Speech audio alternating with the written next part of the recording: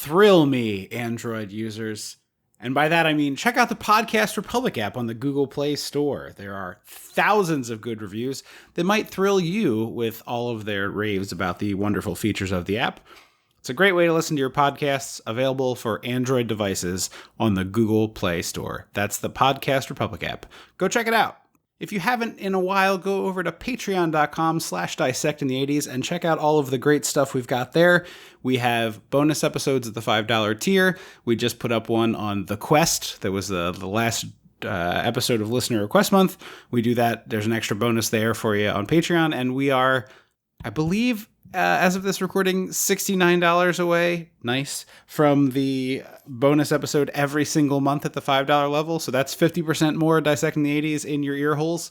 So check out patreon.com/dissecting the 80s and see about becoming a member today. Welcome to Dissecting the 80s. I am Trip Lano, one half of the Mega Podcasting Powers.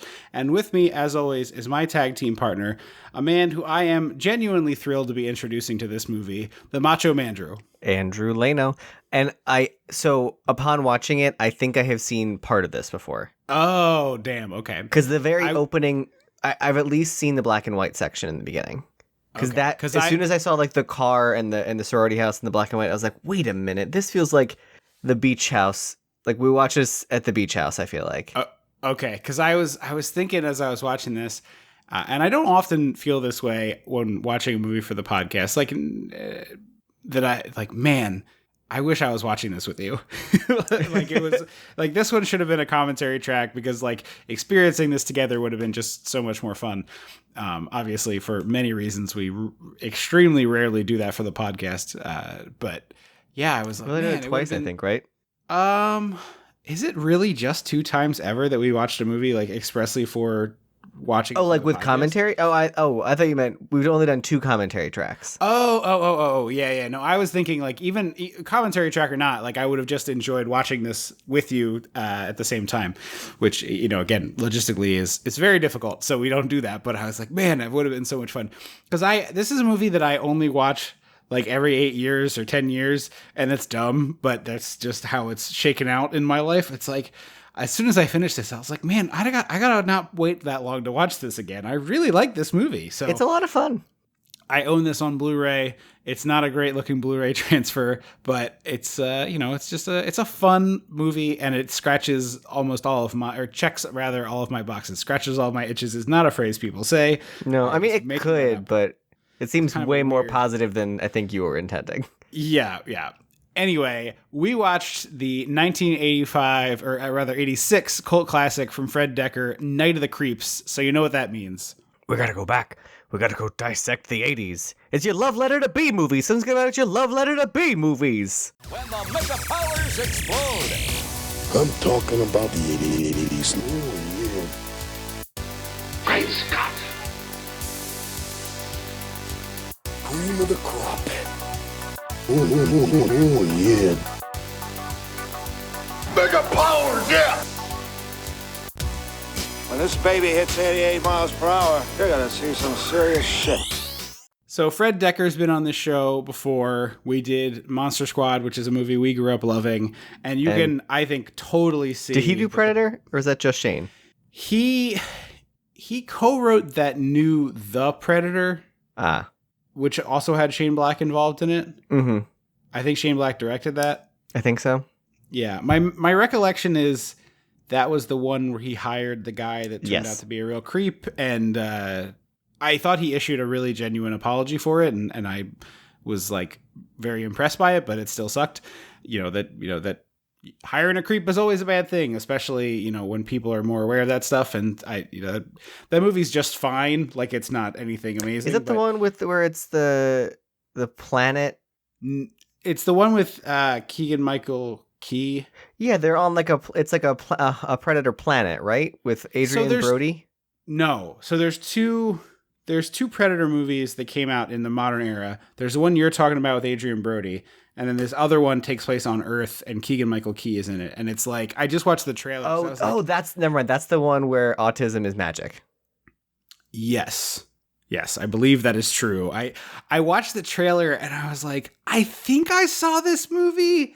I'm genuinely not sure. It seems like one of those movies that would have hit streaming in the last 2 years and would have been like, oh, Shane Black, Fred Dekker, like I gotta check that out. That's like two people whose writing I really enjoy, Hollywood, in terms of that and movies and stuff. And I was like, did I see this movie or didn't I? And I watched the whole trailer, and it was one of those trailers that's like basically the movie. You know what I mean? That modern style. And I still was like, I'm not sure if I saw this movie. So I might have fallen asleep or who knows. But I think I saw it. I don't have anything to say positive or negative about it because I genuinely am not sure I saw it. But I know I've seen the kill count video for it, which goes into the plot. So I'm like, I got all the important stuff. We start with one of my favorite logos, and that is the TriStar horse. Pegasus, I suppose, right? I think it's got wings. Yeah. Okay. Love seeing that TriStar logo. Great logo. Is TriStar just not a company anymore? I'm pretty sure they're not, yeah. Okay.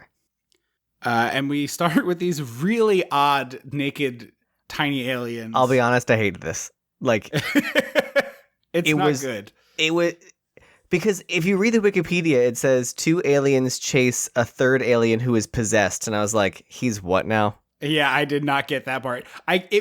Now, if it ended with that alien, the 2 aliens bust in on the third alien and shoot him, and his head explodes and the worm things come out of it, that would have made a lot of sense. Yeah, that would have been very good. But I hate this alien design. I hate the alien costume. I hate everything about it. It's too big for the budget of this movie. And like most of this movie, you're like, oh man, I love the like low budget aesthetic and the way they figured this out. And so like one of the great things of this movie is these slugs, which are almost certainly some sort of gelatinous thing. It might even just be a Jello, like a more solid Jello. Jello on a piece of parchment paper attached to a fishing line. Exactly. And they just drag it through the grass and speed the camera up. It looks great. It looks creepy. It's unsettling. It's wonderful. I hate it in all the best ways. Yeah. These aliens don't have the budget for it. Their faces don't really move. It's just a weird look. Yeah. To be honest, I don't get why you needed that. Like, yeah, the aliens don't add anything to this movie. It could have just as easily been a meteor a la The Blob or any other B movie like that. That's what I was going to say. It's basically the B movie opening of thing crashes to Earth, all hell breaks loose, but they shade in what the thing was. And as I've made abundantly clear over the last 8 years, there's nothing I like less than when you tell me too much information about the backstory. It's fine. It's a meteor with worms in it. That's fine. I don't need it to be an experiment. And I like this movie, but the opening 2 minutes is useless. It does nothing for you. Because then they're talking to each other in an alien language, and it's subtitled in an alien language. And I was like, well, then what are we doing? Oh, wait, mine had English subtitles. Mine did not. What do they say? Because I was watching it with the Star Wars holiday special, where it's just Wookiee language with nothing. That's amazing. Okay, and it wasn't it was a non-English alphabet language. It was an alien hieroglyphic. It was like wingdings or hieroglyphs. Okay. So the premise of this is there's 2 aliens chasing a third alien. The third alien is carrying an experiment, and the first 2 aliens are like, we can't let him get that experiment off this ship. We have to stop him at any means, any cost. We have to stop him. So they're chasing. The third alien gets to a secret panel, stuffs the experiment into this like tube, and launches it out of the ship. And then the first 2 are like, oh my God, he's launched it. What have we done? We're all is lost, basically. And then we cut to Earth. Because, to me, if you're going to show me the alien experiment, I want to know what it was supposed to do. You have to go the full mile, and, what was it supposed to do? How did it go wrong? Right. Or show me nothing. Right. Yeah, I'm totally with you. What it is actually is this movie is a secret... despite the fact that this came out 30 some years before, it is a secret sequel to the movie Life, I think, with Ryan Reynolds that nobody knows. Oh yeah. That was the one with it's in space and there's the black goop. Yeah. Not really, but similar somewhat premise. Anyway, we cut to Earth. It's black and white now. I like that it goes from color with the aliens to black and white. I love a stylized 50s black and white. It's a nifty 50s diner. Which may or may not be a regional thing. It's almost certainly the thing that you're searching for on a global or at least national scale is Johnny Rockets, which I believe just did a rebranding and is now no longer retro. Oh, well then what are we doing then? This is the same. Because Johnny Rockets was the black and white checkerboard with the red vinyl. Exactly. And I think they have just done a rebrand to like gray, black, corporate synergy, that nightmare. Like, no. Like all of the corporations have done this. Burger Kings are gray and black now. The McDonald's are gray and black now. And it's like, things are better when they're colorful. Like, you're serving garbage food. Just make it look ridiculous. Especially because McDonald's real thing is real estate. Like, you own the land, you own the building. Just do whatever you want with it.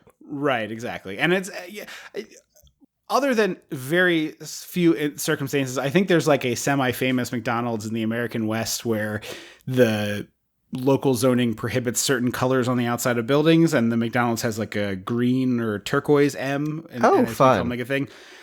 Other than those instances, and like we had that, we always called it Fake Town, but it was one of those sort of Main Street. Right. Well, now Main Street would also have apartments at it, but back then they just built the stores to make it look like it was, Main Street USA sort of thing. And mostly it just made it inconvenient to park and go to these various stores. A very inconvenient place to go to Barnes & Noble. Yeah, exactly. But now when they build those things, they put apartments on top of them and like people live there, which I guess makes sense if you have a grocery store or whatever. Yeah, the one in King of Prussia has that. It's the same. Yeah. It's literally the same thing as Main Street at Exton, except there's apartments. But I remember when that went in, and there was a whole hullabaloo about it had stores could come in, but they had to cater to the design aesthetic, which was Main Street and also farms inexplicably. So there was the back was farms, but from the street it was like brick and mortar. Right. Anyway, all that to say, it's boring when stores are boring colors, and Johnny Rockets should not have become like a sad corporate synergy hellhole. Go back to the red vinyl. That's what you go there for. Yeah. You want the milkshake and the cheeseburger and fries. Right. And I don't want to eat that at like a generic black-walled building. That's not exciting. That's where I go to Shake Shack for that. Right. That's what it is like Shake Shack comes in, people stop going to Johnny Rockets because they're going to Shake Shack, and so Johnny Rockets is like, oh, we'll just be Shake Shack. And it's like, well, no. The thing that made you interesting is gone now. You're trying to be the mockbuster. Like, maybe we'll trick people into showing up. Exactly. Anyway, we get your classic campfire story, radio on. There's an escaped killer. I love an urban legend radio announcement. Like, sure. That is my favorite, one of my favorite things that is not real. Yeah. Like, this just in, there's a break on the insane asylum. Yes. You teens of a lover's lane had better skedaddle. My favorite part of this being the guy on the radio is like, he's headed north on Route 66 toward Corman University. Oh, yeah, thank you. Yeah, I didn't remember the bit. And then the girl in the car turns her flashlight and it says 66 West and then an arrow pointing to the college. And I was like, I love everything about this 2 minutes. It reminds me of Zombie Prom, which, I don't know, did you actually, when I did that, did you see that? I don't think so. There was a movie version that I haven't seen, but RuPaul is in it, I'm pretty sure. It's just like high camp, like spoof of the 50s, like, my boyfriend threw himself into the nuclear reactor. Yeah. I'm all in favor of that brand of silliness. Yeah, it's very my jam. So we've got two teens at Makeout Point. There's a meteor that crashes down. A cop comes and knocks on the window and is like, hey, they're in a convertible. So he just walks up with the flashlight. That's right. Although, honestly, I would have lost my shit if it was a convertible with the windows rolled up and the top down and he still knocked on the window and they had to roll it down. Yeah, that would have been absolutely in the vibe of this movie. There were so many jokes along those lines. I also really love, in general, a lover's lane in a movie. And I would love if you're out there, like, did you have one of these? Yeah. Is this a real thing anywhere in the world? Like, I know we have some listeners internationally as well as here in the States. It's like, there were places that people I knew would sneak there off was behind business complexes that you could go. Yes. But it wasn't. It wasn't like a lookout. Right. There was not a beautiful scenic overlook at which people did their car fooling around. It was like, hey, that business park is empty, and if we park in this spot, no cop will If see we us. park behind the business complex, there's 5 parking spaces no one knows about. Exactly. That is my understanding of what that went down. Of course, I never did anything like that myself. I just never heard about these things allegedly. Speaking of our often use of the word allegedly, I recently re-listened to the first episode, and you did it multiple times in the first episode, so that is officially our longest running bit. What, I said allegedly? Oh yeah. You And the talked girls about, want to have fun? you talked about a famous person allegedly using cocaine and said allegedly like 5 times the same way we do now, where it's like allegedly. Well, I mean, hey, gotta cover your ass. No, agreed. I'm just saying we're approaching. I don't need 200 Ed Begley episodes. Jr. swinging it hot with litigation. Exactly. I'm just saying we're approaching 200 episodes. That bit is still going strong, and I'm not tired of it. So unlike most bits, it's lasted. Yeah, there's. I feel like at one point we should have an in memoriam for the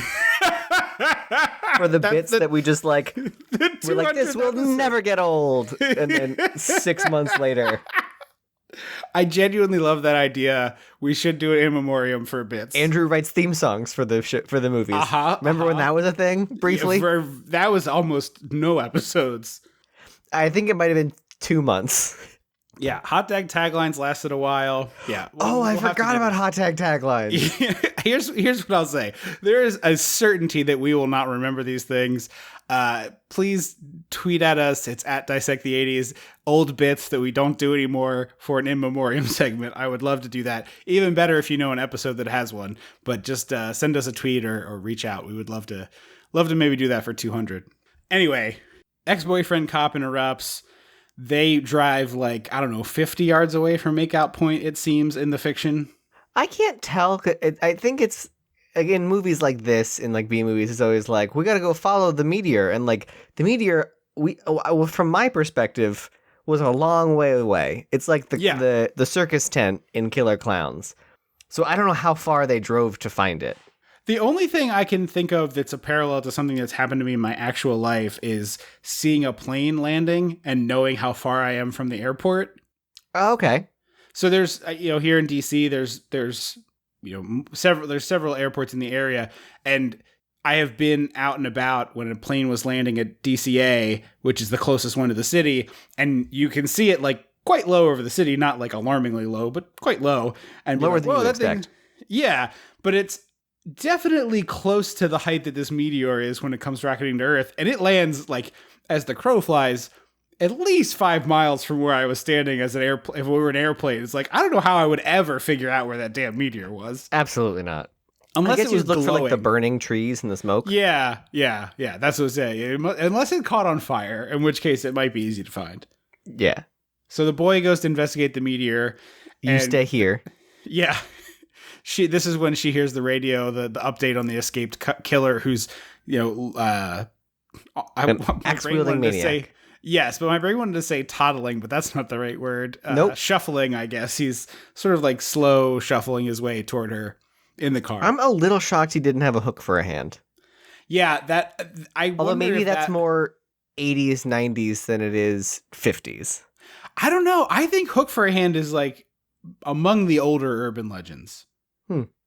Because I just watched I Know What You Did Last Summer for a guest spot on another podcast, and I forgot that they break down the 8 different versions of the hook hand urban legend, and I was like, oh yeah, there are a lot of variations. Did you do the first one of those? The first one. Mm-hmm. Are you aware in the third one that it goes? Yes, in the third one, it is a not coastal town, landlocked in the middle of the country, and it is the zombie of the fisherman. Yes, that is resurrected by the hook, which is purchased on eBay. The third one, one of the handful of movies that I truly could not finish. I was like, I can't do this to myself. Well, it's James Wan doing the TV show or the Amazon show. They're doing I Know What You Did Last Summer as an Amazon show? Yeah, or as some kind of internet show. Huh. In Hawaii with, I believe, an ethnically diverse cast. So it's more believable that they wouldn't go to the police, because 4 white kids in North Carolina, just tell the police. Yeah, I will say Hawaii is too pretty for a slasher movie in my brain. I'm sure it's going to be fun, but in my brain, I'm like, that's not right. Has there ever been a Hawaii slasher? I don't know one, but I'm sure there is one. Anyways, she says another great line. She's like trying to get him back to the car because she can't see him. And so she says, I'll even let you fondle my breasts, which so good. Just the perfect phrasing and delivery of that. Yeah. Yeah. The boyfriend gets slugged and then she gets chopped to pieces with an axe. Well, not even. So something jumps at him, and then the man raises the axe and brings it down, and we cut away to 1986, and I was like, I don't know if I like that transition. Yeah. Yeah, it comes back later, but it is a little bit of cutting it off a little early there. Yeah, and we meet European Vacation Rusty. Yes. Who is also Blake Lively's half-brother. I was just going to say, I'm sure we noted that in that episode. He eventually retired from acting. He lives in Utah. I was Googling him to check him out. Doesn't he do like a winery or something, or like a food thing? No. So a food thing. About 10 years ago, he had a mobile corn roasting stand at like fairs farmers and markets stuff? and stuff. Yeah. Where they would like roast the corn and you could get it with different toppings. Honestly, sounds delicious and wonderful. Oh yeah, it's a great idea. Sign me up. Yeah, super on board. But I was looking for it, and I found that I don't think they're operational anymore. They haven't posted on Facebook in almost a decade. But there's a phone number on the Facebook, and I was like, "Oh man, this is almost assuredly his phone number." And I didn't do it, and I'm not going to do it on the air. But I did. Like, there was a part of my brain that was like, this is a stunt. We don't normally do a stunt, but I could call him and be like, "Hi, we're recording right now. Would you like to talk about Night of the Creeps?" Watch it still be open and thriving, and it's like you call a busy kitchen. Yeah, they just haven't updated Facebook. You hear the pots and pans clanging in the background. there's popping of corn kernels. Anyway, it's him. Everybody in this movie has names of famous horror directors, which I love. Yeah, it's clever. It's cute. It's like it doesn't impede the movie in any way. It's just like a little cute thing for the people who get it. His best friend is James Carpenter, who goes by JC. The two of them are. I really liked JC, and I was shocked he didn't act more. He doesn't have a whole lot of credits. He's playing the role, like in the movie, the character is filling the role that Evil Ed does in Fright Night, but I think this character is way better. Oh, 100% he's better than Evil Ed. He is engaging. Yeah. He had that whole monologue he gives in the dorm room. I was like, is there real heart in this movie? Did they sneak real heart into this movie? I couldn't believe that he only acted in a handful of projects. I do wonder if I did not find this information out. I didn't know if if the actor needed the crutches or the character needed the crutches. I was curious about that myself. Arm crutches. And I was thinking if it was the actor, not the character, it's possible that would have impeded his ability to get mainstream acting roles. But if so, what a bummer. There's a lot of talent here that's not frankly really more talented than Rusty. Yeah. And I don't mean to impugn, I don't think Rusty's a bad actor, but JC is infinitely more charming, I guess. Absolutely. Also, Rusty is the actual brother to Robin Lively, who is the lead in Teen Witch. Oh, I forgot that the lead in Teen Witch was related to Blake Lively. Yeah, well, they're half siblings. I think it was like a mom, because they're like, this guy and Blake are like 20 plus years apart, I think. Yeah. So I'm sure it's second marriage situation. So it's a party. We're trying to rush a frat. So did you ever go to frat parties at Maryland? Yeah. Mm-hmm. I maybe went to one or two at Westchester. I don't think a single frat house in Westchester was this big.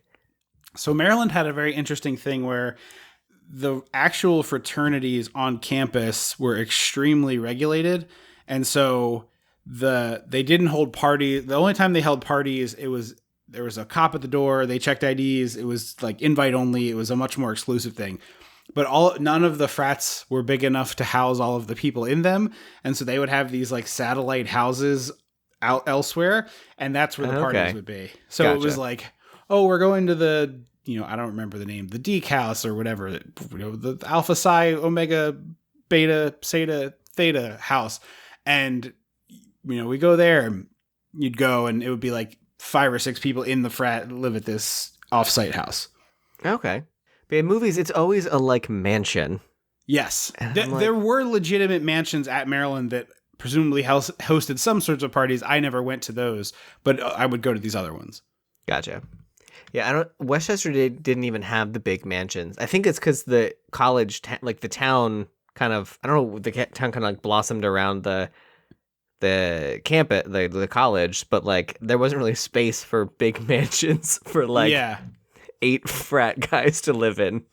Yeah, Maryland definitely is the similar, like College Park now I don't even recognize, and I went there, I graduated in 2009, and at the time it was like not much, and now it's just crazy. There's all these high rises for students and stuff, but the school is old. It's from dates to the 1800s, and they definitely had frat row and sorority row, and they were these like very nice looking mansions and stuff. But I just went to parties because it was $5 for a solo cup and all the beer you could drink. Oh, okay. I don't remember what the situation was for frat party drinking in Westchester. It was free for girls.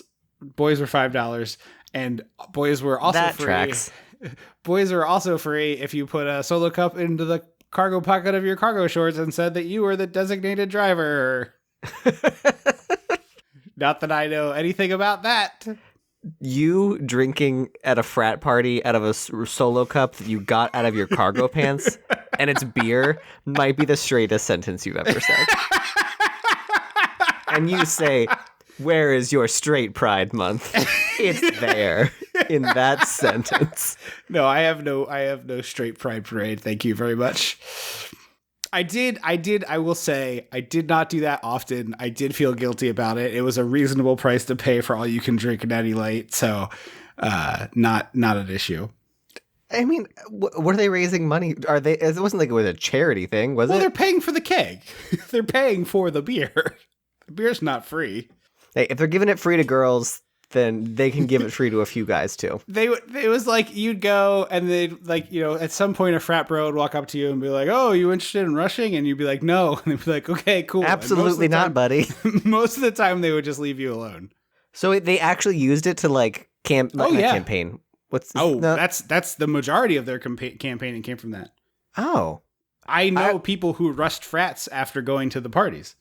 Because I always thought there was like the campaign week or like Greek week where that happened. And then after that, it was like, you can't join the frat now. I thought it was No, that happened. Yeah, that happened. But it was like, there would be the parties. And in addition to like putting a table on campus and sitting behind it on the mall, which is like, I don't know that's not really an exciting vision of frat life. But you go to these parties, they would have these parties way more like I only did it my freshman year because I was like immediately I was too old for it. It's like, this is terrible. I would much rather just buy beer and drink with my friends. But we would go to them freshman year, and it was like the first 2 months they would happen, and then they just didn't happen anymore. Okay, gotcha. So it was their like recruitment tool. Recruitment, that's the word, not campaign. Yeah. Join our frat, and this will be your life every Saturday. And I'm like, well, that sounds terrible. That sounds bad. That's your selling point? Yeah. But these guys are really desperate to rush the frat, so desperate to rush the frat that they are like willing to do anything, including steal a body from the morgue and dump it on the front lawn of the sorority. Frat. Well, also, is it a rival frat or the sorority? It's not the sorority. They specifically say it was supposed to be a different frat. Okay, all right. But also, like, Rusty's an idiot because he sees his girl and goes all like Tex Avery Wolf in a cartoon. Yeah, he really does. And so JC goes over and does a fun flirt. Frankly, I was like, maybe you should ditch Rusty and stick with him, girl, in this movie. Cynthia or Cindy. I believe it's Cynthia Craven. No, because I don't think she was Craven. Okay. But he goes over, like he like scopes out the situation and goes back and like lies about her having a boyfriend. And Rusty's like, "Oh, so I have to join the frat." And he was like, "Or you could talk to her. Like, you have not talked to her yet. So maybe try that. You could try not doing that. It's Cynthia Cronenberg. So we cut to he talks to her a little bit. It's basically like, "I have a boyfriend. Go away."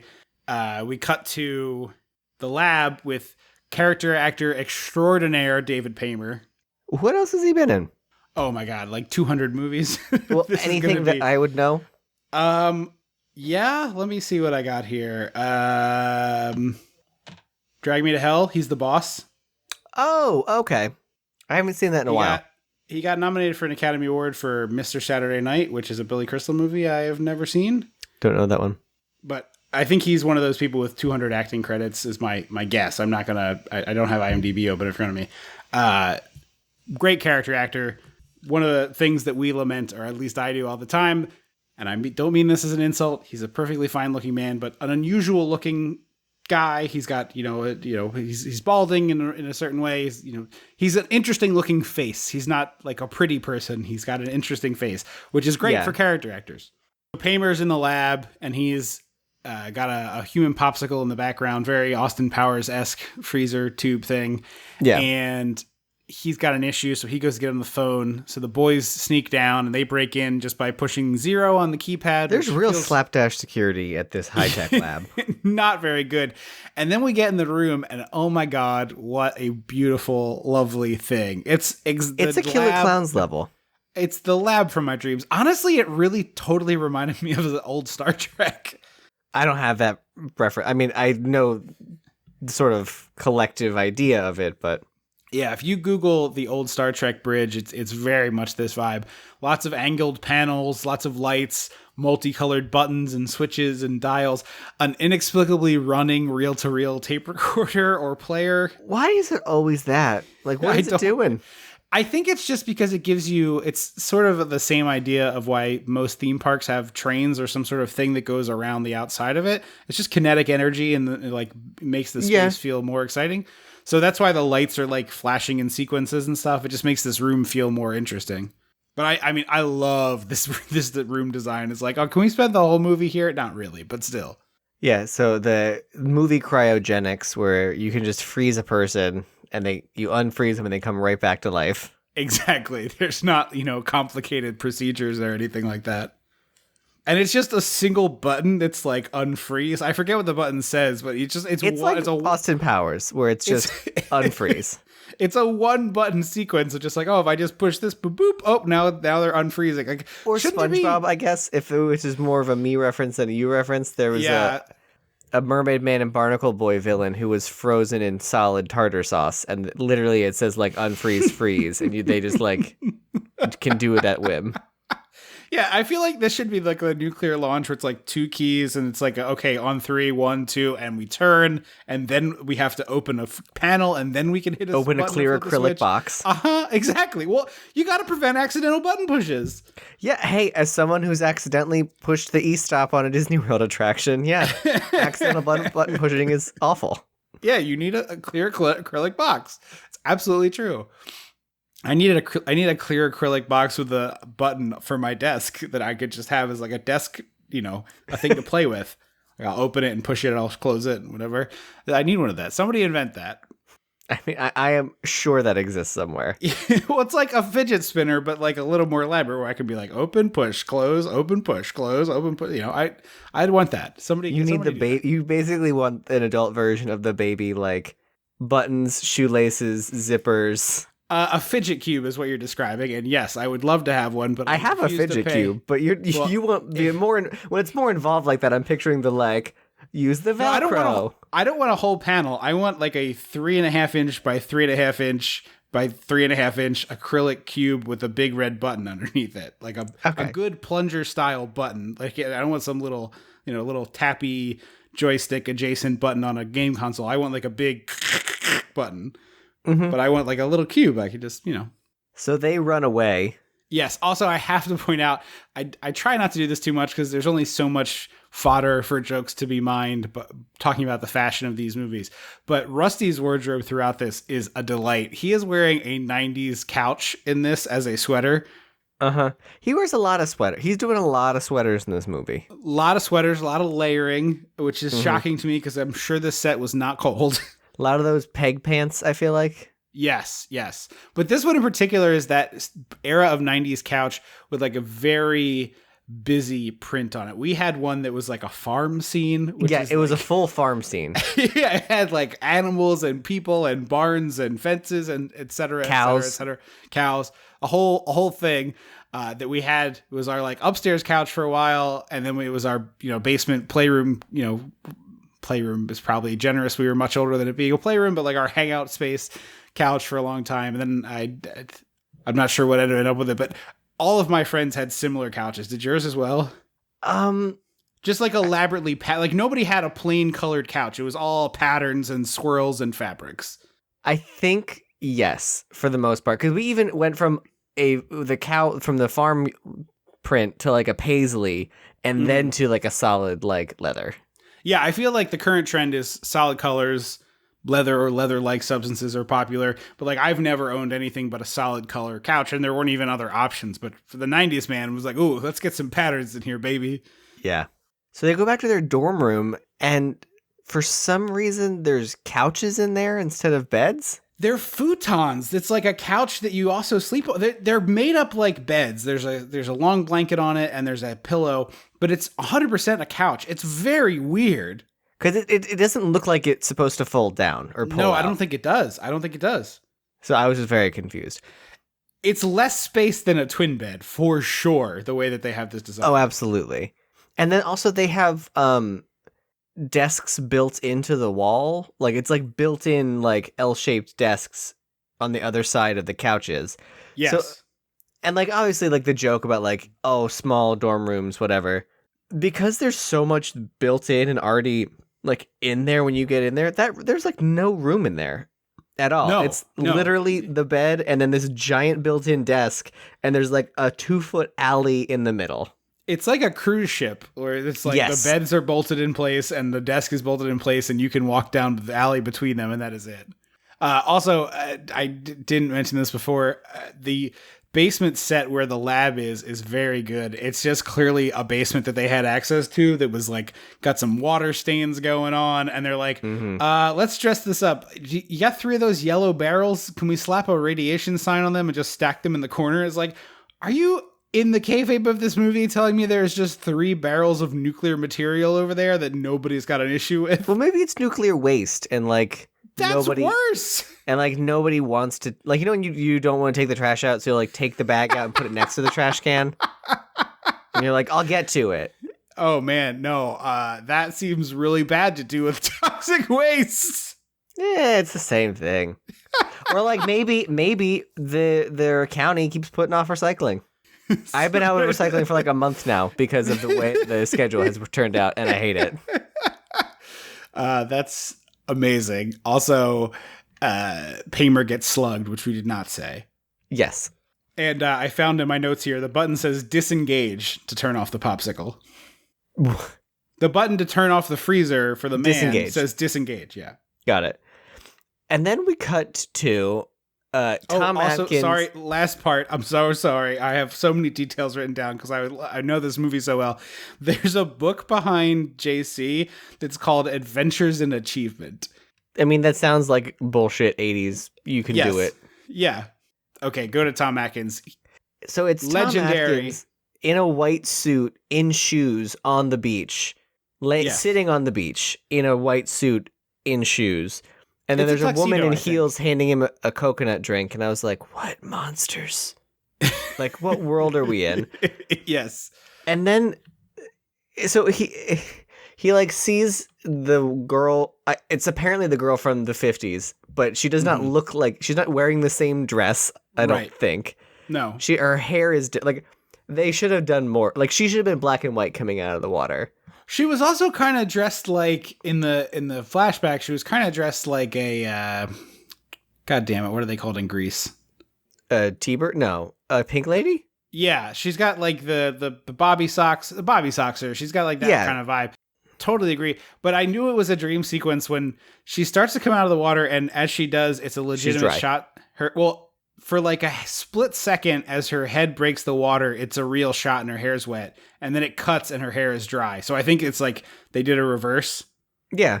They had her like drop to her knees and do it, but they had to get her coming up out of the water And so it's like for a split second, Which, like, you would think that you can get her going all the way in the water. Like, people can just go all the way into water. Right. I would think that you would just shoot this forward and she would be standing and then she would kneel and go all the way under and then you would just reverse it. But for some reason, for a split second, it's her legitimately emerging from the water with wet hair. And then it's like, nope, dry now. Yeah, and then he wakes up from that to this, like, really great skeleton puppet. This, like, zombie skeleton puppet killing her. So, allegedly, this is a person. Because I looked up, I was doing some research. There is a person credited with playing this character, and his IMDb picture is the skeleton. I mean, I think in, like, wides, I'm sure, but in the close-ups, it's clearly just a puppet. Yeah, because the part where I thought it was a human in a costume was the second time we see the alleyway when their eyes are not there, and it just looks like sockets. Mm-hmm. Versus the eyes in this, which looked very puppety to me. Yeah, and then he wakes up from that dream because he's getting called down to the lab, and it is like primo Tom Atkins acting. Oh yeah, his wheelhouse in the 80s was alcoholic cop who smokes like a chimney, and it's like, which one's gonna kill him first? He's not sure, but he's dying literally to find out. And like, is it gonna be stomach cancer, throat cancer, lung cancer? I can't wait. Give me a cancer. It also reminded me of Renee Montoya in Birds of Prey, how she just like talks in like movie quip, like movie cop quips. Yes. All of his dialogue is like, well, you know, like you said, there were two bodies. Like everything he does is some like 80s movie cop guy. Literally, one of his lines seconds from this is, "Are we in a B movie or a crime scene?" Yes. And then he keeps repeating one line when he's like, well, I'm not the Queen of Sheba. They're like, are you, detective? And he's like, no, I ain't the Queen of Sheba or something. Yeah. That I didn't write down. And I'm just like, what are we doing? He says thrill me every time he answers the phone, every time he opens a conversation with a person. If you interacted with this man in real life, you would be like, if you say that one more time, I'm going to hit you with a belt. That's it. I am so curious now if I like to just like do for a day. Obviously, I won't do it when I'm at work because my job is to answer phones for a medical company. But like, spend a day, answer the phone like that, greet people like that, see what they say, see what their response is. The problem is nobody calls you anymore. So that's true. You'd have to have all of your text conversations with or it would be like I answer, because I sometimes answer the telemarketer calls just to be like, stop. And then they put me on, they like boop boop and it stops. Yeah. So I can just answer the telemarketer. Thrill me. What? Huh? I'm so confused. What does that mean? I got one today that was like, I'm looking for Pasquale Leno. And I was like, I've never heard that name in my life. And she was like, clearly thought I was like lying. And she was like, well, your name was put down as the point of contact for Pasquale Leno. And I was like, for Pasquale Leno. And she was like, yeah, Pasquale. And I was like, I truly have never heard that name in my life. So someone gave you some bum information. And she was like, okay. And I was like, what purpose would I have? Like, if that's my grandfather and I'm caring for him, I would say that. But like, right. Yeah, I don't know. I don't know what Pasquale either. Also, it's usually Pasquale. I don't think she was putting the mustard I'm just on the saying, end there. Yeah. I'm just so I gotta stop the tweets from Pasquale. Yeah, Pasquale Leno listens to this. Of course he does. He like looked for podcasts with his own last name and was like, okay, I'll listen to that. Yeah. Yeah, so Tom Atkins is also the cop in Halloween 3. Stay tuned. Eventually we will get to Halloween 3. And he was just in Return to New York, right?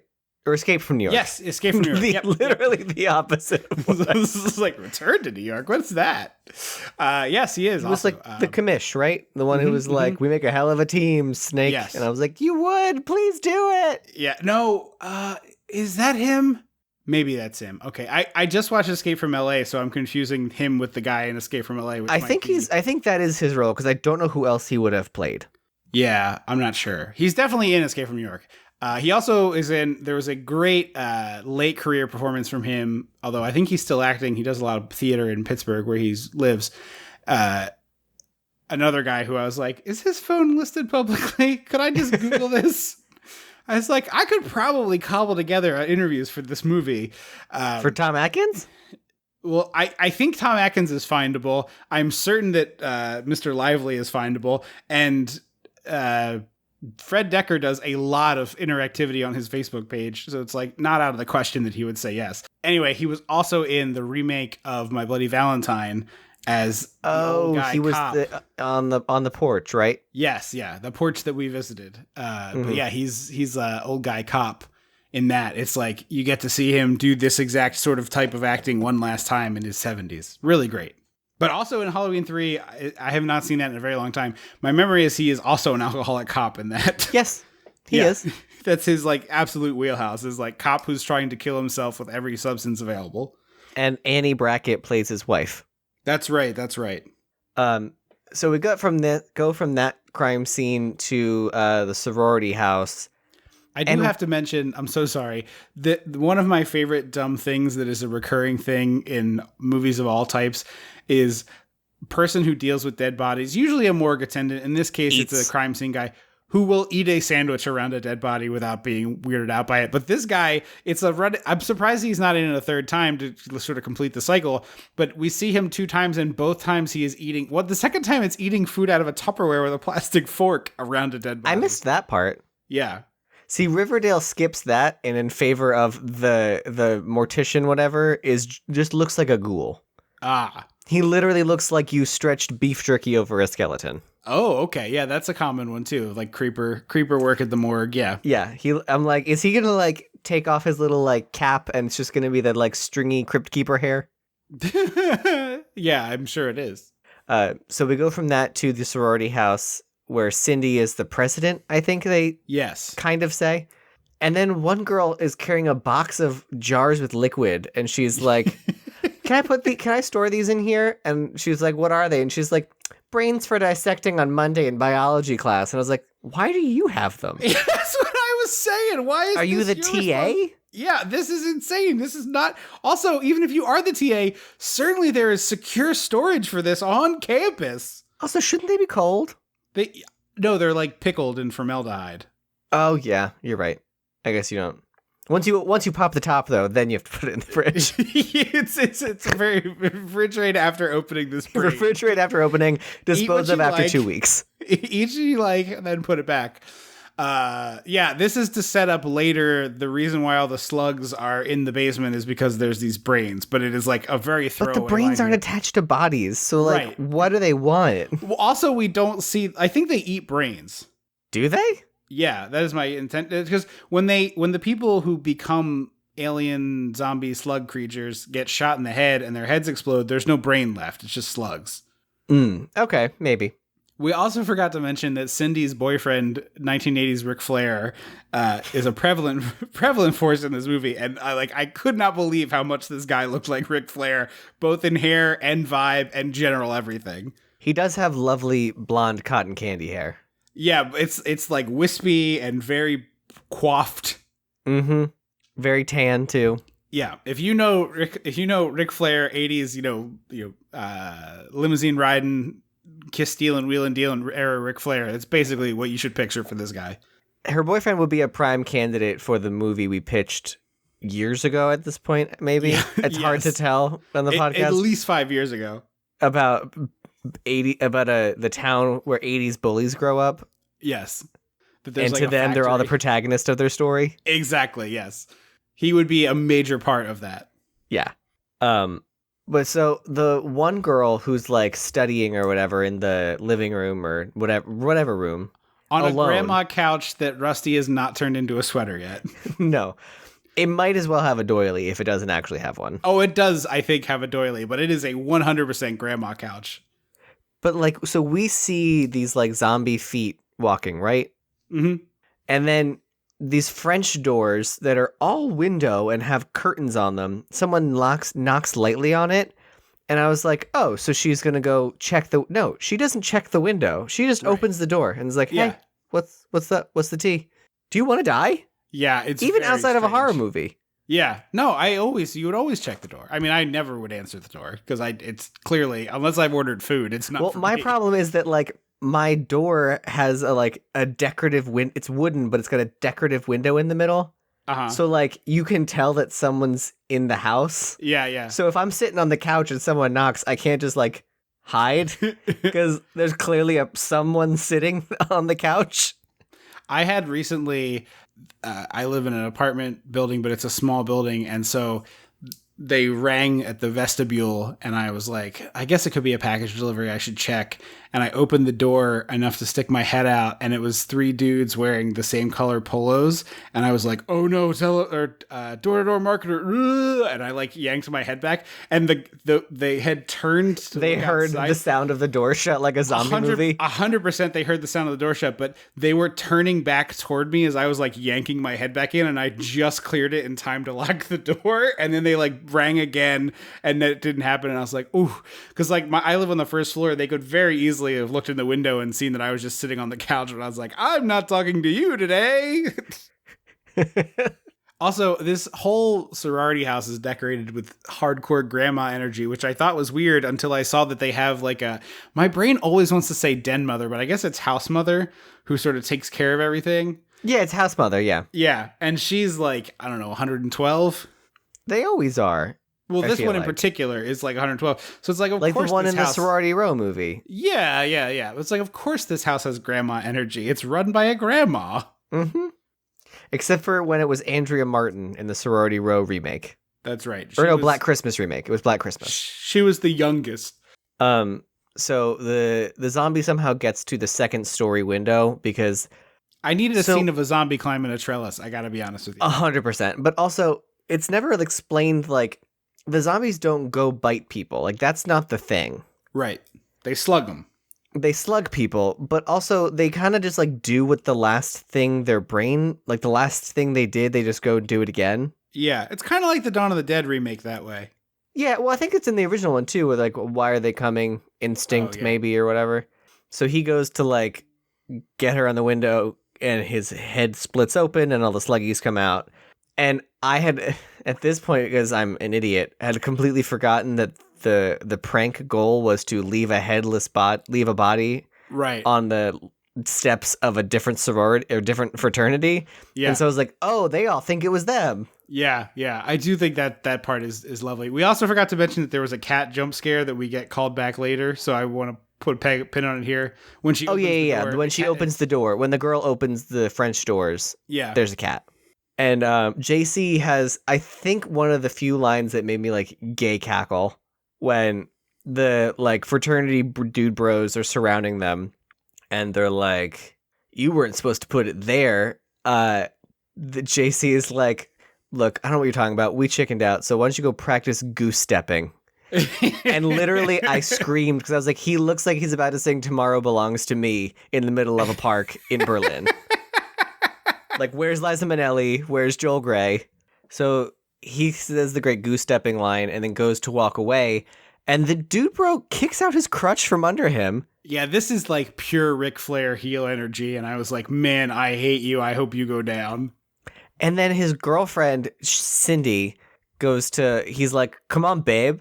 And is this the first instance of a hand crank middle finger in a movie? Yes, it's not the first, but it's certainly the first that I remember. Because I was like, oh, to me, that's so contemporary. Oh, yeah. I always like your middle finger as a compact, and then your other middle finger, you're applying something with it, so you double finger. I've always been a fan of the inflatable. Inflatable's great, too. You blow it up with a thumb. That's my move. Mm-hmm. And then Tom Atkins shows up, and he's like, you're coming with me, boys. And he's like, this janitor pointed you two out as running away from the lab the night of the robbery. And I was like, this janitor knew their names? Yeah, I don't know why the janitor would know their names. Although maybe, because later she says she looked them up in the school directory to see where they lived. And I was like, that's a thing? That was a thing? I'm sure it was back then, yeah. Certainly not a thing when I was in college. So maybe they did the yearbook or Facebook. Wasn't the Facebook a thing, an actual book of people's faces before it was a website?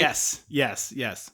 So maybe they just like the janitor was like, I saw 2 kids and like, here's the Facebook. Yeah, point him out. That's probably true. Is this the sequence in which Atkins is wearing the Hawaiian shirt and the jacket and the khakis and chain smoking the cigarettes? Because at that point I was like, oh man, his wardrobe is so good. And then I was like, oh, did they steal Hopper's wardrobe from Stranger Things? Because it's sort of the Hopper energy. Maybe, because Hopper's definitely given off a lot of this vibe in Stranger Things. Yeah. Does Hopper smoke in the show? At least in season 1, he was smoking. Okay, because I do remember. Because I think because when he first shows up, the receptionist at the police station is like, "You should quit." Yeah, because I feel like he should be chain smoking Hopper, and I feel like there's a funny clip that I remember seeing where in real life he was with Millie Bobby Brown at like a panel or something, and they were doing the panel together, and he was talking about how she gives him so much shit when he smokes, and that he like really enjoys that he just rubs it in her face because he's like, no, I love to smoke. Yeah. But yeah, the Atkins is wearing some great Hawaiian shirts, and it's like 2 packs a day and a whole bottle of Jack, and it's like, just which one's gonna get me first? I can't wait to find out. I gotta go somehow. So the zombie scientist gets up off the table and walks away, and nobody notices.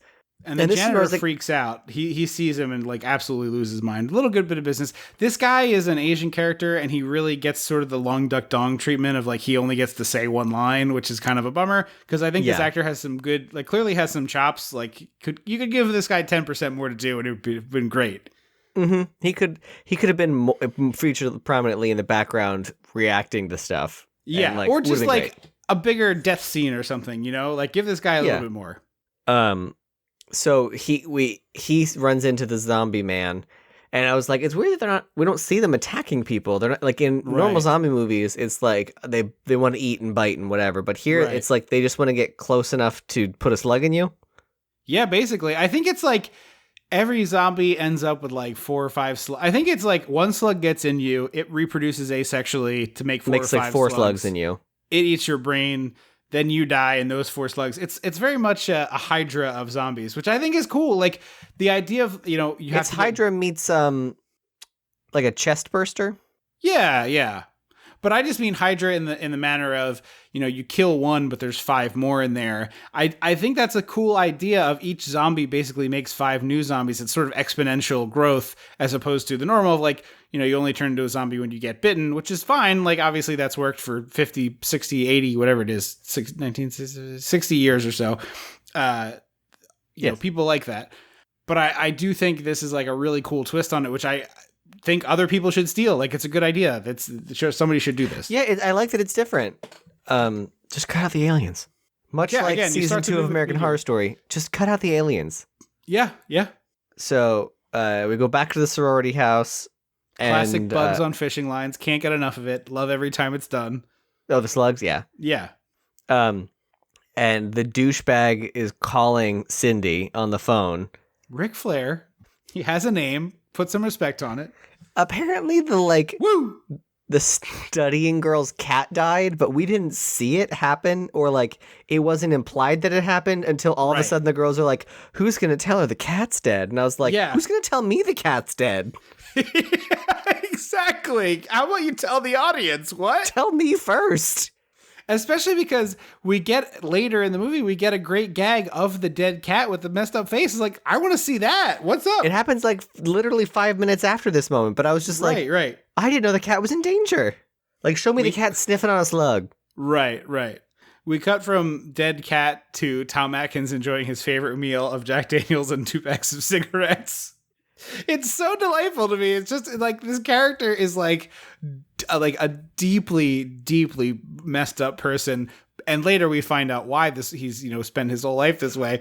But it's like, I get that the 80s were a different time, but like nobody was like, hey, Tom, bud, do you need help? Like, can nobody we do checked something? In on old Tom. Right.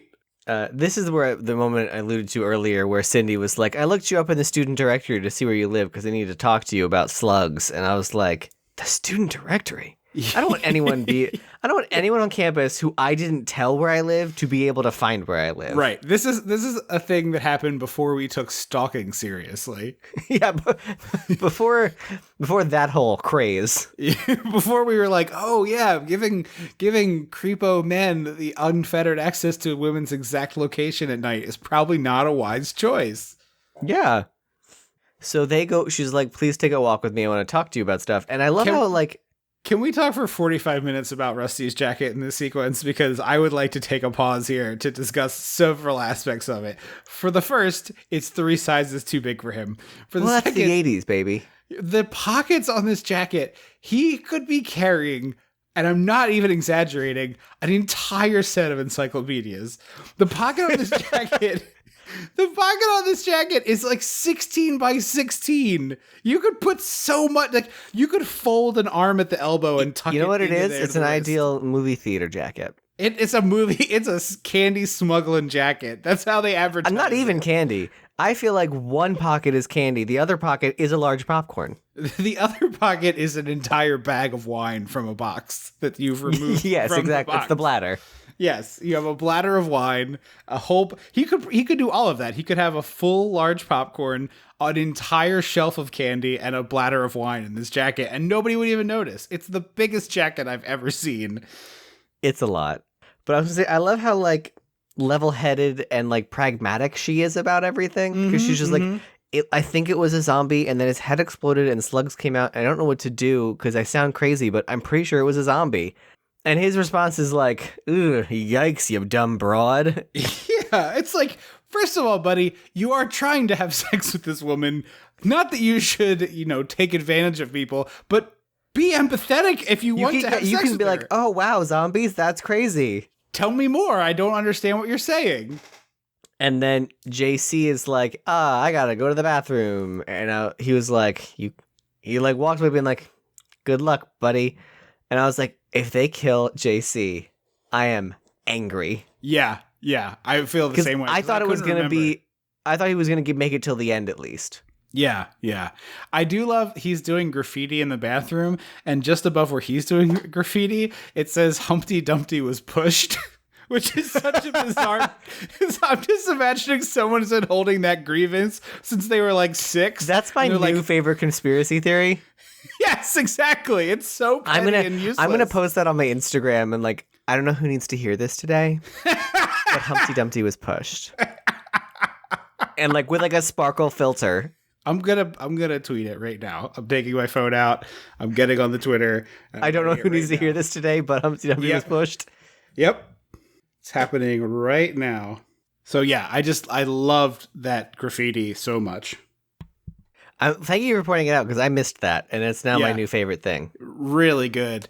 But there's slugs in the bathroom. He's trapped, and there's a matchbook, and he's reaching from the matchbook, and he almost gets hit with the slug, and he starts to reach for it again, and I'm like, buddy, this is the one time where you have a great advantage in that you have crutches. Like normally that's probably not.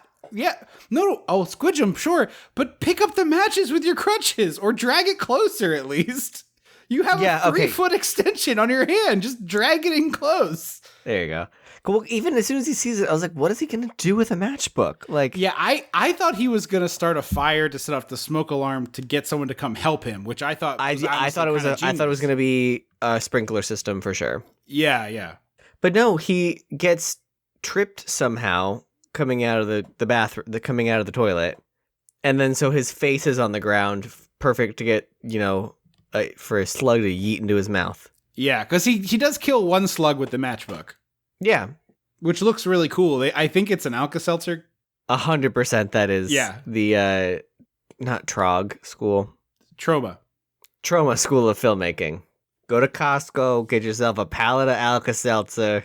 Yeah. And then go in the back and say, "Hey, what meat ain't you selling anymore? And can I buy it for $5? Can I get a tub of your expired meats? Loose meats. I got this Rubbermaid. You put anything that you can't sell or donate in here, and I will make good use of it. I assure you I won't eat it." Now that Tiger King's in jail, I know you gotta give it somewhere. You throw it in this Rubbermaid. And bully here. You aren't accidentally feeding a bunch of people who get paid nothing because they like big cats. I'm just going to throw it at teenagers.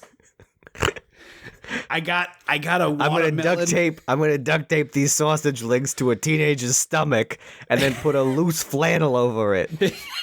And we're gonna rip his shirt a little, and then they're just gonna pull these sausage links out of his, like it's his intestines. And then I also bought several expired watermelons. We're gonna cut them open. We're gonna hollow them out. We're gonna fill them with meat, and then also and then put a wig on them and shoot them from behind. We're gonna shoot it with a gun, and it's gonna be chunks everywhere. Yeah, I realize watermelon's already kind of the right color, but you'd be surprised how much seeds get picked up on digital film. You gotta have meat in there. Ground up, whole steaks, chicken, whatever you got. I just need your loose meats. That was a thing on the podcast. Right? Loose meat was a thing before. Oh, it was both a strip club and a male burlesque dancer's name. Ladies and gentlemen, welcome to the stage, Loose Meat. I almost spit water on the microphone at the idea of a strip club called Loose Meat. That's so horrible. Oh man, that is 100% where I would go because it would be a quarter for a beer. It's deeply Loose Meat would have a quarter beers. Oof, a doof. But no, well, ladies and gentlemen, welcome to the stage, Loose Meat. Anyway, Tom Atkins intercepts Rusty right after he's made a date, and then he brings him home like on a date. He says what I thought he said was, date to the formal. That's classic spanking. And I was like, huh? Yeah. Because then it cuts to Tom Atkins' house, and I was like, yes. What? I was like, do I need to screenshot very this? Different direction. No, and then I realized he said Spanky because earlier he referred to Rusty and JC as Spanky and Alfalfa. Right. Which spoilers, and not long from now, Rusty Griswold is going to tearfully say that Alfalfa is dead. It's funny because my only experience with the Little Rascals is the movie from the 90s with Whoopi Goldberg and Reba and Mel Brooks. Mm-hmm. But it was like a series of movies before that, right? I believe it was a television show. Oh, okay. So he takes him home, and Tom Atkins proceeds to pour like a full glass of whiskey, no ice. A 5-finger of whiskey. Yes. It's like he pours the tumbler and hands it to the kid, and there's a split second of terror in Rusty's eyes of like, oh my, of course I love underage drinking, but not like this. Also not in front of a cop. Do you happen to have like a quart of soda I could pour this into, please? Do you have any apple juice? Do you have a large bucket in which I could mix anything into this liquor that you've handed me? I'll take a handful of ice. I'll take a handful of loose ice just to do something. I don't know if you know this, sir, but I know you're a cop and everything, but I weigh 110 pounds, and if I drink this much whiskey, I might die. Also, I'm 18, 19. Yes, I don't drink straight whiskey. I drink Pop-Off, I drink Fleischmann's and Gatorade. Like, more realistically, I drink a Zima when it's available. Yes, very that. But then Tom Atkins does his whole story about how he murdered a man. And I'm like, if I'm Rusty, my thought is he's telling me this so that he can then murder him. Like, it's like the killer taking off his mask. As soon as his mask comes off, I'm dead. See, I thought it was he's telling me this so that he can commit suicide. Like, he's going to unburden this story and then he's going to put this gun in his mouth. Not where I went, but I see it. He's just like, I'm going to drink this whiskey and I'm going to tell you the worst thing that's ever happened to me. And then I'm punching my ticket. That it sounds like a movie I watched recently that I don't want to mention because I don't want to spoil it. Right. But that's exactly a scene in a movie where I was like, whoa! So he tells the story of like, oh, did you have a high school sweetheart? Well, let me tell you what happened to my high school sweetheart. And it turns out that the lady we saw get axe dismembered we didn't see get dismembered at the beginning of the movie was dismembered by a ghoul of some type, this skeleton creature. But when we saw him, he was a human. So did we see his face? Yes. Okay. It's very clearly like a dude. Yeah, I know that you see his hands, but I don't know that I didn't remember if you saw his face. You saw face. And he's like, yeah, I buried his body right where the house mother's, cottage is. And so we cut to the house mother, and her floorboards are being pushed up and like punched through, and she's just not doing anything. Right. Like you wanted to die, lady. If that happened to me, there would be a trip-sized hole in every wall between me and the outside. Yeah, like you wanted to die, lady. Absolutely. Sorry. And the zombie creature pops out holding the axe that I don't know if you caught this, but they said that Tom Atkins burned the body, or he mentions burning the body, and the axe is all charred, which I thought was a great little touch. I didn't catch that. Yeah. So Tom Atkins gets the call to like go to the cottage, and this scene I didn't understand at all. It's like 5 seconds, but he's driving. He's like, "Where's my backup?" And then all of a sudden, there's like a cop car on his ass. Yeah. And another one comes like tearing around a corner right in front of him and almost hits him. And I was like, "Are these zombie cops?" Yeah, I thought that's what they were setting up as well. No, they're just cops who can't drive. Yeah, they just happen to drive very recklessly. But who's gonna pull them over? Exactly. A-cab, baby. At least they didn't do the thing. We didn't see them do the thing where a light is changing and they turn their sirens on to run through the yellow light and then turn it off immediately upon crossing the intersection. Because I have seen that in every major city I've lived in. Yeah. Fucking bastards. So they catch up to the guy. And there's like about 8 cops here, right? All holding different weapons. It's once again, the level of cops is the scene in Trading Places. Yeah, it is ridiculous. This is for the town this small. And Atkins is like, "Freeze, you bastard. I already killed you once," which none of the other cops seem confused or upset about this. And I'm like, I'm sorry. If I ran to a... He's a drinker. So no, I mean, that's true. Maybe it's like, I already killed you once because he's having double vision and he thought that he shot one, but he shot the double. Yeah, okay. That makes sense. And then we get a zombie head slug explosion, which is a new phrase for me. Yeah, not one that I'm familiar with either. I also love just before his head explodes, they shoot him a bunch of times, and you can see the daylight coming through the prop, which looks really great. Like I think it's the headlight light. That's right, because it's right, nighttime, not daylight. Yep, yeah. You're right. You're correct. But yeah, I just love that. Like they're shooting with the revolvers. Touch. Yeah, that looked really cool. Because it's like a hospital gown, I think, that it's like very thin and papery. It's classic movie asylum. Yeah, garb. And then we get our first and only boob of the movie, which was a little shocking. I thought the showers there were multiple naked women. Is it just? I only remember there was one full on like boob, and then there's the girl next to her is like her arm is like constantly covering her nipples. Yeah, she's covering herself up. Not in like an obvious way, but she's like reaching for something and like washing her arms. You're right. You're correct. But we get one boob, one set of boobs, and then I was like, "Show boy butt, you cowards!"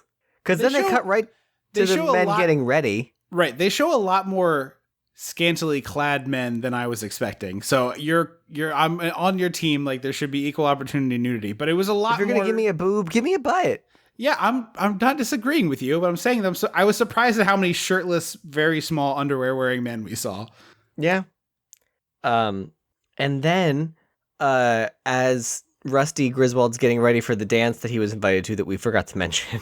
Because he's the big formal. Well, I seems to be ancillary in our version of this story. I did say it when Tom Atkins took him to his house that he had just you said it there, so we mentioned it.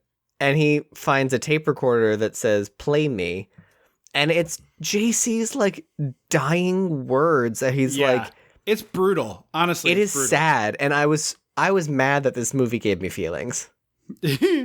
Because he says "I love you," which is not a thing that happens in movies of this era or even today. Right, yeah. But he's like, "They hate heat. They're in my brain. I'm going to go to the boiler room to die, so they'll die with you. I love you, buddy." And I was just like, what is happening? JC, what? And then we go see his body, and I was not okay with it. Yeah, it's really a bummer. But and honestly, like, the best character in the movie, well, second best character, Tom Atkins is the best character in the movie. Second best character in the movie punches out way too early. Yes, exactly. So all the frat bros are getting on the party bus to go to pick up the chicks for the formal. Which, like, why isn't it on campus somewhere? I assumed it was at like a country club or something, kind of like a prom. Okay, yeah, that's fair because our theater banquets were at a country club. But the douchey guy, they're like, "Where's douche bro?" And they're like, "He got dumped. He's not coming." And then we see him in front of the sorority house, and he's like drinking out of a bottle, like he's like drunk. It looks like a Pellegrino bottle. It does look like a Pellegrino bottle, which honestly fits for the Ric Flair essence of this character. That's how he gets drunk, is Pellegrino. Oh, no, just that Ric Flair would, if he was to drink water, which was unlikely, he would definitely be drinking Pellegrino. Yeah. And he gets attacked by a zombie dog. I honestly thought this was awesome. He goes to pet the dog, and it turns to look at him and launches a slug into his mouth. It's the zombie animals are great in this movie. Yeah, they are. It's super great puppets. But then we have this like one of the few moments that I was like, this is weird. We see the inside of the bus, and he's like, "Let's rock and roll, bugaroos," or whatever. Yeah. And then we have a shot of the outside of it's like the front window, the driver into the bus, and he turns around and he's like, "All right." And then we slow pan down to the headlights, and I was like, "Ooh, is something under the bus?" No. Yeah. And then he like turns his blinker on, and we go slowly around the side of the lower bus, and I was like, what are we doing? Yeah. I wanted slugs. I wanted slugs slithering up the bus. That's what I was like, are they going to go in the tailpipe? Are they going in the like what? It looked like they forgot to put something in the scene. Yeah, it is I totally agree. It is an odd shot. It's ominous with no payoff. Yeah. And then turns out Tom Atkins duct taped his door shut. Yeah, honestly, I think Tom Atkins was moments away from a shotgun lobotomy. Like, moments away. Oh, shit, no. He was gassing himself. Yeah, that's true. He was killing himself in a different way. I wrote shotgun lobotomy as the I scene forgot, unfolds. because later Yeah, I was like, he was killing himself, oh, is he going to blow up his apartment and kill slugs that are somehow in there? I didn't realize, I just literally, you heard it live on air. I had the realization that that's why he taped the door shut, so he could gas himself. Yeah, he was killing himself. He had like settled in with another pint glass full of bourbon and was just going to drink that and then die.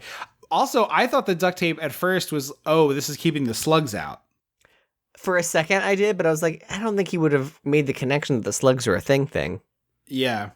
So Rusty goes to the door and, like you said, tearfully says they got alfalfa. Yeah, and Atkins immediately is like, well, it's time to fuck shit up then. And we get this great, like, it's a montage where he turns off the oven. He, like, decides not to kill himself with the oven. He grabs his shotgun under the bed. It's a really weird, understated, I'm going to kill myself, because there's no, like, well, I've served my purpose. I killed the man again. So I guess that's it for me. I'm going to go off into the forest and I'm going to sink back into the sea. Yeah. And then we get the best kind of unsolicited dick pic. Dick Miller shows up. Exactly. For like one scene, but a lovely one. He was there and I was like, oh my God, hey! Podcast mascot Dick Miller. Hey, buddy. It's good to see you. Now I just want a mascot head version of Dick Miller. like a big cartoony there's the Syracuse Orange or whatever. Yeah. Okay, there's a big Dick Miller head and like I don't know, maybe I'm thinking of maybe a costume from Gremlins. Yeah. Or the janitor from Chopping Mall. Yeah. Mm-hmm. There must be. I need to go see if there's a Dick Miller podcast that's worth a damn. There has to be. He's been in so many movies, you could have like a really long podcast. And then you could call it It's Miller Time. Oh, really good. Solid. Anyways, Tom Atkins is like, I need the flamethrower that we have in our armory. And I was Dick Miller's the guy who signs out the weapons. He's the armory guy. And he's like, oh, well, yeah, I got it right here. And I was like, why do you have a World War II era flamethrower in this college town armory? The same reason that current cops have fucking Humvee tank things. It's like that, whatever the fuck that program's called, where they military surplus equipment ends up in the hands of cops. That's been a program for decades. Oh, God. So Tom Atkins is like, well, I'm going to shoot you, Dick Miller, if you don't give me the flamethrower. He goes, I need to see your requisition form. And he puts a shell into a shotgun. And he's like, he doesn't say it's right here. I got it right here, buddy. That's what I was really thinking this is building up to, but he just points it at him and cocks the gun, and Dick Miller clearly gives him the flamethrower. Well, also Dick Miller says, careful with the pilot light, it's a bitch to relight or something. And I was like, Chekhov's pilot light? Nope. Yeah, exactly. No, it comes back later. Who has to relight it? They can't get it to light in the basement. That's why Atkins, the whole end of the movie hinges on that. The bus crashes and the bus driver's head explodes, and it's an awesome looking effect. It is kind of a weird insert shot of the dummy head, though. Yeah, but I'm fine with that. Hey, I got the watermelon and the wig. You just gotta put some M80s in it and light them. You're all set. So zombie Ric Flair shows up at the sorority house, and we get that movie thing where like someone's like so not paying attention they don't notice the gross thing. Yeah. Because she like walks out the door and like holds his hand and sits down and is like, "I'm sorry it didn't work out between us." And I was like, look at him. It's two women because a different girl answers the door and then is like, "Cynthia, Ric Flair's here for you." And she like goes downstairs and she grabs his hand. It's like two different girls didn't notice that this guy is a monster. What? Yeah. She's letting him down easy, doing the whole, like, it's not you, it's me. I just feel like we've grown apart. Even though it's fully you. Yes, yeah, exactly. You kicked a kid with crutches. Yeah, like, you kicked the crutch out of a kid. And while that's, like, a really great thing to do in the wrestling ring and, like, makes the fans boo you and throw trash, which is, like, your job, you're a great heel, this is real life, and you just kicked a kid Although with I feel crutches. like the better one would be to grab the crutch out of their hand so he falls and then hit him with it. Sure. But it would be like the scenario would be like they jumped the baby face, but they were all wearing disguises and they injured him. So the baby face is like walking out with the crutches, like, "Oh, I can't wrestle for the title." Like it's a thing. And then the bad guy comes out and it's like, "Hey, just so you know, like whenever you've recovered, I'll give you that title shot. Like I'm a good guy and I'll do that." And you know, it's this. Look over there. Poof. Yeah. And then as he's leaving the ring, he like, you know, kicks the crutch out and then they all put the boots to him. Tom Atkins and Rusty show up and kill Ric Flair, and then the combo shotgun flamethrower of like, you shoot him, I'll burn him. For some reason they decide that they have to do that. And I was like, I think you can just do the burn part. Yeah. It's like, I guess they're like, oh, we have to release the slugs so we make sure we get them. But I feel like a flamethrower is just going to burn the human as well. So you're probably fine. Burn it to ash and you're good. And then Rusty goes, "I'm sorry I killed your boyfriend. Here, take this gun. You'll feel better." Yeah, it's really good. Although it's really delightful. So he hands her the shotgun and then more zombies show up and they're like trying to fight and she can't work the shotgun. And I think he says, "Here, switch." And then there's like a Batman. All of a sudden they've just swapped. Yes, it's like a 60s Batman S, like spin-a-rooney, and suddenly they don't have the same guns anymore. And then they swap back later. Yeah. It was a lot of hot potato with these weapons. Yeah. Apparently the flamethrower was brutally heavy and this actress really struggled to wear it because of how small she was, which totally makes sense. The great line from Tom Atkins that was the tagline. Yeah. "Good news, your dates are here. Bad news is they're all dead." Yeah. And then lights a cigarette. Yeah. Well, so good. Of course.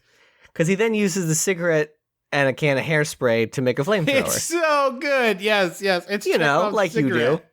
He shoots the one dude, grabs the hairspray from a screaming sorority girl, and pulls his cigarette out and just like whoosh whoosh. It's so delightful. I do wish there was more cool zombie makeup because some of them are kind of lame. Yeah, some of them are just like bloody. It's a lot of like black around the eyes and a little bit around the mouth, and that's good enough. But then we see some that are like a full skeleton mouth or a full skeleton face, or like they have the brow prosthetics. Right. Yeah. I also found really funny. Atkins is like, "Lock that door," and I'm like, "It's made of glass. Who cares if it's locked? Buddy. Just get away from this room."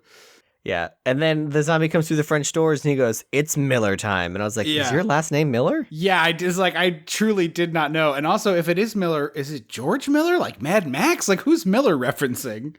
And then I realized that all these girls are still standing on the front porch behind Rusty and Cindy. And I was like, go back inside. Yes. You're not helping. Get back in there. I just checked. His name is Ray Cameron. So it's Miller time is just nonsense. Yeah, I have no idea. And then the cat girl pulls an Evil Dead.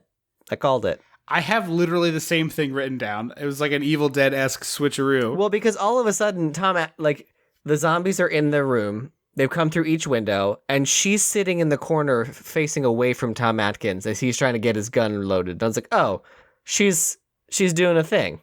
Yeah. She's a Deadite now. Yeah, exactly.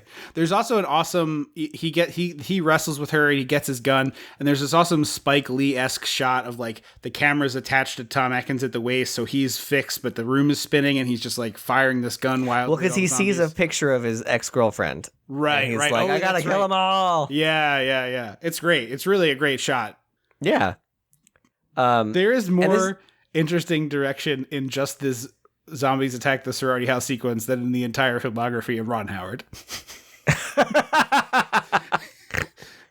As soon as you started that sentence, I was like, is this a Ron Howard dunk? This is a Ron Howard dunk.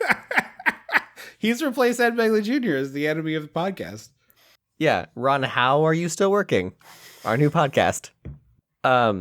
So Cindy and Rusty get cornered outside, and she's like, here, into this tiny shed. And I was like, why? It doesn't even have walls. It's lattice. It's lattice wall. It's like the kind of thing you build around the side of your house to keep the lawnmower in. So because your significant other's like, I'm tired of looking at the fucking lawnmower. Like, I just put it in something, anything. Cover it in a thing. And so they all break into the little hut, and we learn that you don't have to shoot them first. You can just burn them. Yeah. She does a really great flamethrower to the one zombie. It's rad.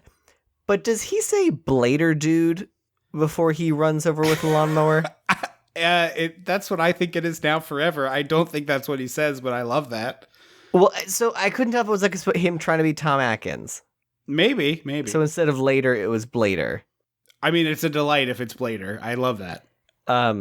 And then this is where they swap weapons back so that they can run back into the house, and he can be like, everyone out! Get out of the house! Yeah. The lawnmower effect is neat, but not as Peter Jackson-y as I was expecting. Yeah. It's a great perspective, though. Yeah, it's a great looking shot. I like it a lot. We run to the basement. There's Tom Atkins with tape over his mouth. So he at least knew some uses for duct tape. And then there's a slug pile. There's no other way to phrase it. There's a slug pile. A writhing mass of slugs, which I didn't like it. I watched this movie a bunch, and I think this is the first time I was like, oh, they're on the brains. Like, why are they in the basement? Oh, they're on the brains. The brains. I don't know why the slugs were only going for Tom Atkins' mouth, because he had the duct tape because they were flying, but they don't go after the kids.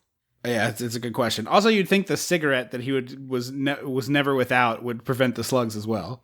Yeah, or the liquor bottle. Yeah. And so this is where you mentioned that I didn't realize that the flamethrower doesn't work, so that he has to sacrifice himself.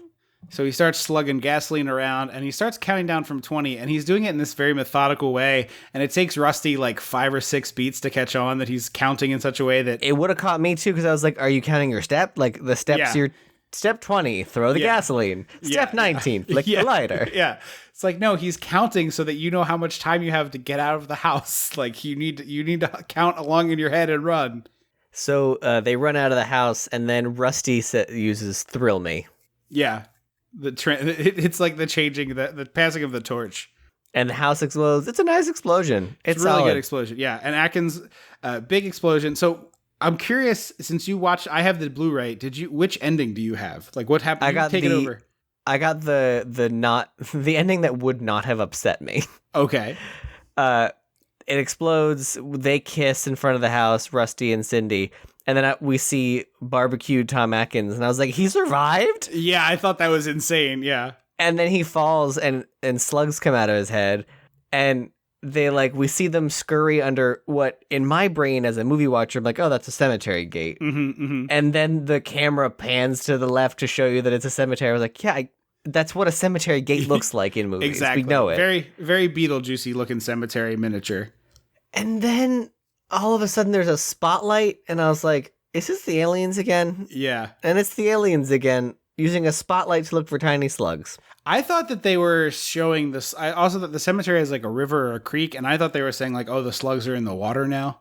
Okay, that would have been cool. But I do love the miniature work, and I do love what's clearly like a human hand with a flashlight just out of frame, like moving it around as a spotlight. Yeah. basically 83 minutes long if you take out there's like a couple minutes of opening credits and a few minutes of closing credits, but we rate it like 80. I think it's listed as 88, but with the credits chopped off, it's like 83. Yeah, it's real tight. It's one of those weird movies that it's so fast that you're like, oh, it's over already? Yeah. The original theatrical ending was explosion, Rusty and Cynthia kiss, and then... No, you can call her Cindy. That was what everyone calls her. Oh, okay. They kiss, and then the dog runs up, and they're like, "Oh, Fido!" And then the dog does a slug right at the camera, and that's the end. Yeah, that would have upset. I would have hated that ending. Yeah, this is better.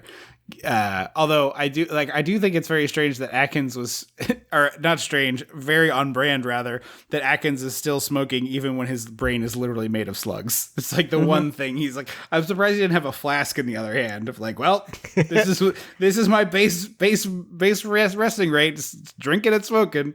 Makeup effects I caught in the credits there by David B. Miller, who did a bunch of the Nightmare on Elm Street sequels. That tracks. Friday the 13th, Part 5. He worked on the Thriller video. He worked on Swamp Thing. Also worked on a former episode, Night of the Comet. And sadly, will never be an episode because it's like 6 months too late. But Tremors. Oh, bummer, Tremors. Yeah. This is a huge recommend for me.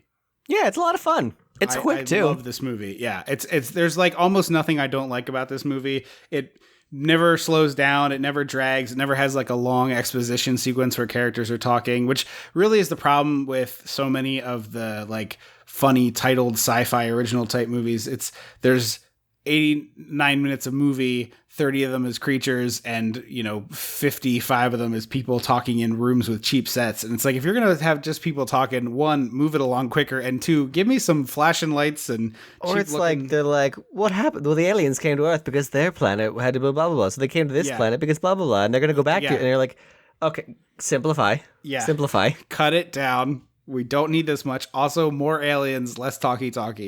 But yeah, I super love this movie. I hadn't watched it in a long time, and I loved every second of it, and I will definitely not wait so long to revisit it. I highly recommend this. I love a good summertime this isn't quite a slasher flick, but I love a summertime slasher. This is sort of the same vein of fun horror. I think it's perfect summertime horror. Totally fun horror. Really, really great. Totally worth watching. I wish Fred Dekker got to do more stuff. He and I think would get along famously, and you probably as well. Really love the vibe of his things. They clearly we are into the same stuff. Thank you so much for listening to the show. I want to remind you to go check out the Facebook page and the patreon.com/dissectingthe80s, where we have all that cool stuff for you to find. We're getting closer and closer to the bonus episode every month at the $5 tier, which is awesome. We can't wait to start doing that for y'all. So help us get there, and we'll build it after you've come. I guess we're doing a little opposite of Field of Dreams. But yeah, thank you so much for checking out the show. Don't forget, if you haven't done it, go to Apple Podcasts and rate the show. We would love to see it there, and we read those on the air. If you review it elsewhere, just send us a screenshot, dissectingthe80s@gmail.com. We read those on the air, but I can't possibly track them all down. Apple Podcast gets emailed to me. So if you do it there, we'll read it on the air. And if you want it elsewhere, just send us a screenshot. So if you haven't done that, go review the show. We haven't gotten one in a long while. Get out there, switch to the review mode and review the show. We really appreciate that. We will be back in 2 weeks for another anniversary, a movie that's perpetually been talked about being remade, but thus far I think is dead. Although I think a documentary just came out about this one that I have not seen, but I've heard some good things about. Is it on Disney Plus? The original Flight of the Navigator, which we're going to be doing in 2 weeks, is on Disney Plus. The new documentary I'm sure you can find for rent various places, but it's from the perspective of the main character who's doing that. Oh, cool. So we'll be back in 2 weeks with Flight of the Navigator. Can't wait to talk about that. Have not seen that since I was a child. I'm sure it's going to be a rough all I know rewatch. Is the ship. Yeah, the cool ship, and that's pretty much all I remember. So we will see. I know there's time travel involved. Is it Henry Thomas again? No, it's a different kid. He only basically was in this movie. Yeah. So we'll see you in 2 weeks for Flight of the Navigator. I have been Trip Lano. I will always be Andrew Lano. Until next time. Don't you forget about me.